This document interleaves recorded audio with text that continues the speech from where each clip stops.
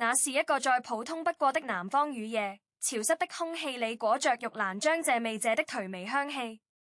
老鄭把紫砂壺往茶几上蹲了等，壺盒發出一聲悶響，像極了我們這群老家伙對當下流行文化慣常的嘆惋。他推了推眼鏡，鏡片上旋沾着下午臨帖時不小心滲上的粟墨，嘴裡的話卻比墨色更濃。現在的年輕人聽的都是些雜麼東西？高音靠吼，低音靠抖，中間夾着一堆收音收出來的電子蝴蝶，搏令兩下翅膀就咁叫天籟。在座的都是浸淫文藝半生的老派人物，有寫了20多年詩卻從未出過詩集的老周，有在劇團拉了40年京胡如今退休在家養蘭花的李爺，船有我一個靠給報紙副刊寫豆腐塊文章混了幾十年飯吃的編輯。我們的耳朵是被黑膠唱片的底噪，是被劇院裡不插電的嗓音，是被胡琴弓無摩擦琴筒那毛茸茸的質感樣丟了的。我們信奉的真理是歌以載道，聲以傳情，而情之一致，最忌欲弄。所以當飯桌上有人提起那個叫周深的名字時，老鄭直接揮了揮手，像趕走一隻惱人的飛蠅。男生女聲，陰陽怪氣，技巧堆砌，毫無風骨。這話說得血絕，惹得滿桌嘆息，仿佛有一位流量神魔玷污了藝術的聖壇。我們舉杯敬逝去的黃金時代，杯中20年陣的花雕，仿燙出的都是某種頑固的帶着悲壯色彩的傲慢。轉折發生在半個月後的一個午後，老鄭的信子嚟家裡過暑假，抱着平板電腦外放一首歌。當時老陳正背對着客廳在書房理財子，準備給他新得的扇面題字。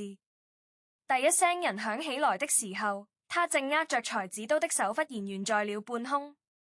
那是一段沒有任何前奏鋪墊的副歌，清凌凌的，像雪山融水處不及房地漫過了腳背，又像誰把一整把碎鑽撒在了心潭裡，每一個令面都折射着細碎而凜冽的光。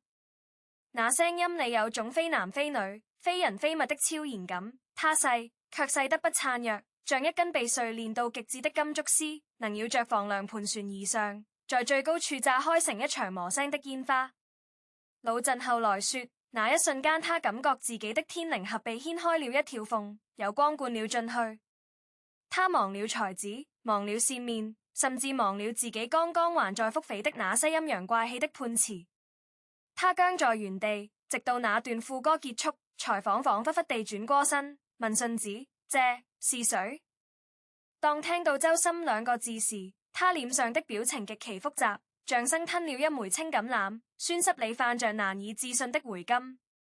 這件事在圈子裡炸開了鍋。老鄭是我們的定海神鉗，他的倒戈具有毀滅性的示範效應。接下來的一周，老周偷偷用音樂軟件搜了周深的全部熱門歌曲，帶着他那副昂貴的深海賽爾耳機，一邊聽一邊在紙上寫寫畫畫，分析人家的氣息和共鳴位置，最後得出一個近乎痛苦的列論：這不是技巧，這是老天爺想反吃，順帶旋塞了一本秘籍。李爺更絕，他把周深的《大魚》用他那套幾十碼的音響放出來，聽到高潮處閉着眼，手指在色盒上無意識地按着京劇的板眼，最後長嘆一聲：我拉了40年京胡，這聲音裡的筋骨比我的言船韌。我們這群人開始了一場隱秘而盛大的集體叛變。先是建了一個只有5個人，群名卻叫最後的堅守者的微信群，結果3天後群名就被老周改成了深度學習小組。群裡分享的全是周深的各種舞台直拍、清唱片段，甚至是他早年用9種語言翻唱《Let It Go》的考古視頻。我們像一群在地下交換違禁品的老特務，帶着羞恥又虔誠的心情，逐漸分析他每一個氣口的處理。老鄭為了擁護自己最後的尊嚴，強行辯解道：我欣賞的是他的藝術，不是他這個人，這是純粹的聲樂研究。但這話剛說完，他就把手機鈴聲換成了周深的光亮，還特意設置了副歌部分作為來電提醒。我們不再談論那些原汁又原的風骨與道統，轉而開始爭論達拉崩吧，理他一人分析五角的聲線變化邏輯，爭論化身孤島的鯨你那句你眼中有春與秋的春字，為怎麼能唱出萬物生長的破土感？爭論 memory 理他如何在中文語境下重構百老匯的戲劇張力。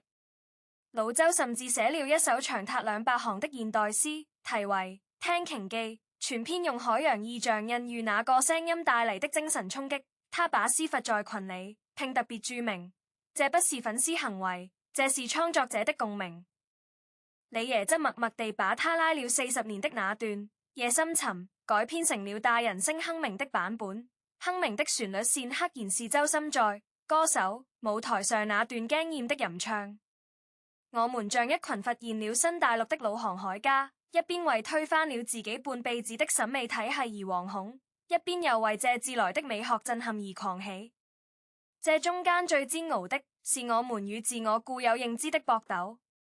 老陳某天深夜給我發嚟一段長語音，嗓音沙啞，像是剛喝了不少酒。我今天把巴赫的無伴奏大提琴組曲和周深的《尖尖》放在一起聽，你猜怎麼着？我發現巴赫的嚴謹裡藏着神聖，而周深的聲音裡藏着眾生。他不是在歌唱，他是在用聲帶作畫，畫的是風雨晦明，畫的是人心幽微。我以前罵他男聲女聲，現在想來真是可笑，聲音哪來的性別？聲音只有真假、善惡、美醜。他的聲音美得不合常理，所以我們就用不合常理這個標籤去抹殺他。這難道不是我們這群自詡理性之人的最大不理性嗎？這段話讓我沉默了苦久。是啊，我們這些所謂的文化人最擅長的就是給事物貼標籤，見樊籬，用雅語俗正統與旁門來劃分領地，以此確認自己的身份認同。周深的聲音恰恰打破了這一切，他是童聲、女聲、男聲的混沌融合，是民族美聲流行的破壁貫穿。他在一個解構一切的時代裡，用最原始的聲波建構了一種全新的美學秩序。我們的島歌本質上不是向某個偶像投降，而是向我們內心那個渴望被純粹之美擊中的自己投降。老周在群裡分享了一段他寫的隨筆，其中有句話被我們奉為圭臬：真正的文化底蘊，不是知道多少種不可以，而是有勇氣承認多少種竟然可以。自此，我們的討論越發深入，開始從聲樂技巧延展到文化心理。我們分析周深在演唱相思時，如何用氣聲營造出一種宋詞般的格的意境，那種欲說還休、隔霧看花的朦朧感，恰恰是中國傳統審美的核心。我們探討他在緣起你那句情願似流水的流字，如何通過輕微的顫音模擬出水波連連的視覺通感。我們甚至翻出他給動畫電影配音的片段，看他如何用聲音塑造出毛茸茸、濕漉漉、暖烘烘的觸覺質感。這一切都讓我們這些在各自領域裡轉了半輩子牛角尖的人豁然開朗。原來藝術的終極之櫃是相通的，京劇的一板三眼與流行樂的律動感並不矛盾，詩歌的意象拼置與歌聲的情緒疊加同根同源。李爺有次在群裡發了一段他拉琴的視頻，背景音放着周深的《蘭亭序》，他的琴聲竟順着人聲的紋理走，時而托舉，時而顫繞，最後殊途同歸於一個酣暢淋漓的長音。視頻結尾，李爺對着鏡頭咧嘴一笑，露出被煙燻黃的牙。老子拉了40年京胡，今天才算真正引懂了怎麼叫餘音繞梁。這場由一段副歌引發的文化人集體倒戈事件，最終在一個月圓之夜達到了某種形而上的和解。我們5個人破天荒地把聚會地點從老陳家的書房移到了 KTV 包廂。是的，就是那個我們從前嗤之以鼻，認為是噪音集散地的地方。老陳點了一首《大魚》，當我們看着屏幕裡那個瘦小的、穿着樸素黑襯衫的年輕人，用一副看似單薄的身軀爆發出足以填滿整個太平洋的聲壓時，包廂裡安靜得能聽見中央空調的嗡鳴。老陳沒有唱，他只是一片片地看着 MV 裡那美公式的大魚游弋於天際，忽然摘下眼鏡，用袖子狠狠地擦了一下眼角。他說：我不是難過，我是恨自己，恨自己為怎麼耳朵聾了這麼多年。那一晚，我們每個人都用自己的方式與那個聲音和解了。老周即興朗誦了他新寫的詩，每一句的尾音都刻意模仿了周深那種氣若游絲又韌性十足的尾韻處理。李爺用 KTV 裏的沙槌打着節拍，哼唱的是他改編的那版《夜深沉》，融合了大魚吟唱的旋律。我則拿出隨身攜帶的採訪本，第一次以不是採訪，而是記錄心情的方式，寫下了這樣一段話：我們守護半生的所謂文化門檻，原來不是圍牆，而是台階。當我們沿着自己搭建的台階10級以上，以為到達了山頂，卻發現周深的聲音是從雲端垂下來的繩梯。我們這些老家伙在知天命的年紀，竟然順着這根繩梯又往上爬了一截。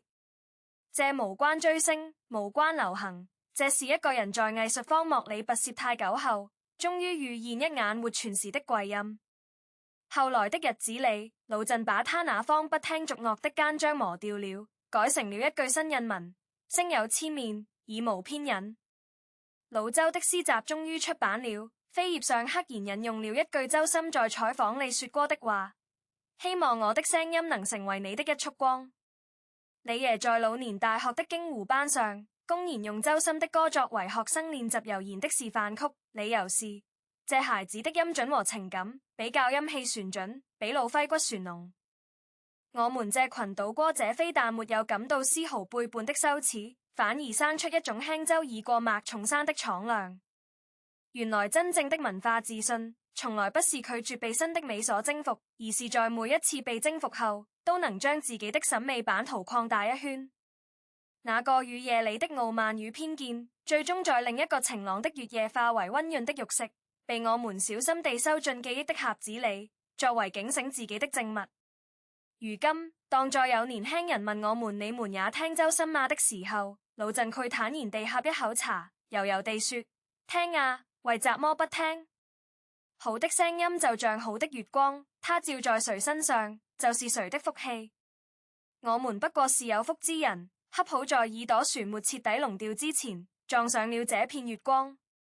說完，他總繪報一句，像是自言自語，又像是對着遙遠的那個瘦小的歌者隔空致敬。那孩子不容易，那孩子了不得，那孩子讓我們這群老棺材囊子又活過來了一回。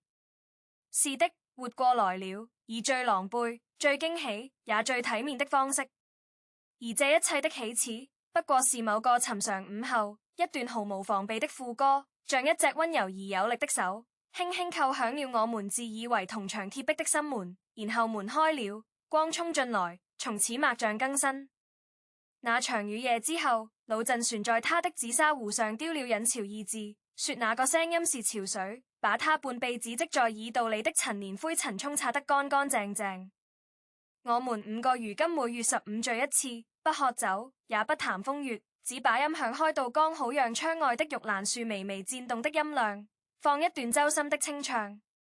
李爺說這聲音裏有東西，是他在梨園行摸爬滾打半輩子都沒找到的忘我。老周說這是足於這個時代的廣陵散，而我總在那段吟唱揚起時，看見我們這群白頭髮的老家伙，像5棵被春風重新喚醒的老樹，抖落滿身枯葉，笨拙而虔誠地朝着那片純粹的光亮，微微地彎下腰去。